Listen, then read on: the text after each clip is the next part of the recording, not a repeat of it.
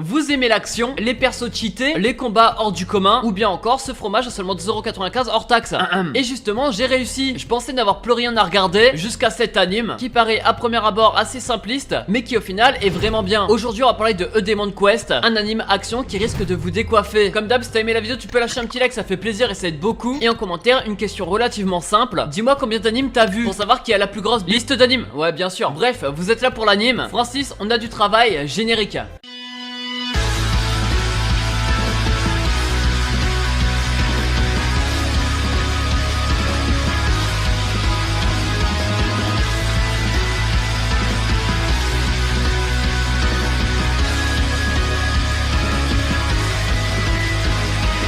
Mais alors, A Demon Quest, ça parle de quoi? Ça se passe dans un monde où les gens peuvent naître avec des pouvoirs spirituels. Et si t'en as pas, techniquement t'en auras jamais. Il y a eu une guerre entre un temple et une secte, jusqu'à ce que quelqu'un réussisse à tomber le roi dragon. En faisant ça, le temple a remporté la guerre, et c'est maintenant lui qui dirige le pays. C'est d'ailleurs dans celui-ci, on va suivre l'aventure de Shu, un mec qui rêve de devenir le prochain héros, mais le problème c'est qu'il a pas de pouvoir spirituel. Du coup, lui il passe ses journées au bar pour raconter des histoires aux gens. Généralement, les gens avec des pouvoirs dans ce monde-là veulent passer l'examen. Quand tu le réussis, ça te donne une validation, une entrée en académie, ou bien ce fromage à 2,95€. Non, c'est pas sponsorisé.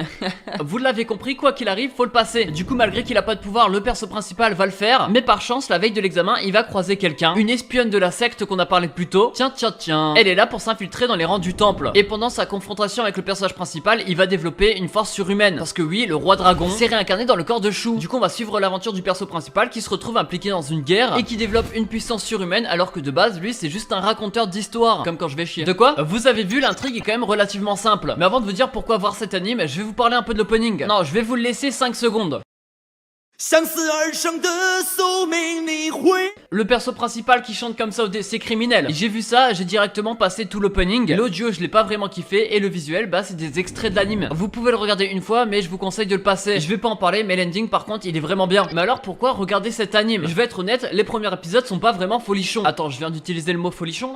Mais c'est parce que on comprend rien du tout. Le monde ok on nous l'explique mais les personnages on sait pas trop d'où il vient. Et moi j'ai commencé à aimer l'anime jusqu'à ce que j'ai compris en fait. Et cette compréhension on l'aura pendant l'examen. Parce que oui, il y a un examen, c'est pas l'examen du Hunter ou alors le bac, mais il y a quand même quelques épreuves assez marrantes. Et en plus de ça, ça s'enchaîne assez facilement. On va dire que généralement, une épreuve c'est 2 épisodes et un épisode dure 14 minutes, donc vous faites le calcul. Mais pourquoi 14 minutes l'épisode? Ça remonte au temps des Mayas. 14 minutes pour eux, c'était pile le cycle de la vie. Certains disaient même, en vrai, je sais pas, je m'en bats les couilles. Mais juste pour dire que tu peux les enchaîner, c'est pas forcément dérangeant parce que ça se termine toujours bien et ça reprend toujours là où c'est terminé. L'opening est toujours au début, donc facile à passer. Et c'est justement à cause de ça que t'en deviens addict. Déjà pendant l'examen, t'as envie de savoir ce qui va se passer pendant l'épreuve et quelle sera la prochaine épreuve. En plus, tu sais que la meuf de la secte, elle est là pour s'infiltrer et en plus, elle veut mettre des bâtons dans les roues du personnage principal. Ce qui fait que les épreuves ne se passent jamais comme prévu parce qu'ils arrivent toujours à s'en sortir de manière lucky. La question est comment ça va se passer. Et d'ailleurs, en parlant d'épreuves, en vrai ça va. C'est fun et ça colle bien à l'anime. Parce qu'il est pas noté comme genre, mais pour moi, c'est plus un anime comédie. J'ai d'ailleurs bien rigolé devant. C'est soit parce que le personnage principal a une personnalité qui colle bien au genre comédie, il s'en fout et il se met toujours dans des situations improbables. Et le fait qu'il arrive toujours à créer des situations comiques, c'est qu'il est un peu dans le déni parce qu'il est débile. Et ça me rappelle quelqu'un, je vais réfléchir 5 secondes, qui est débile.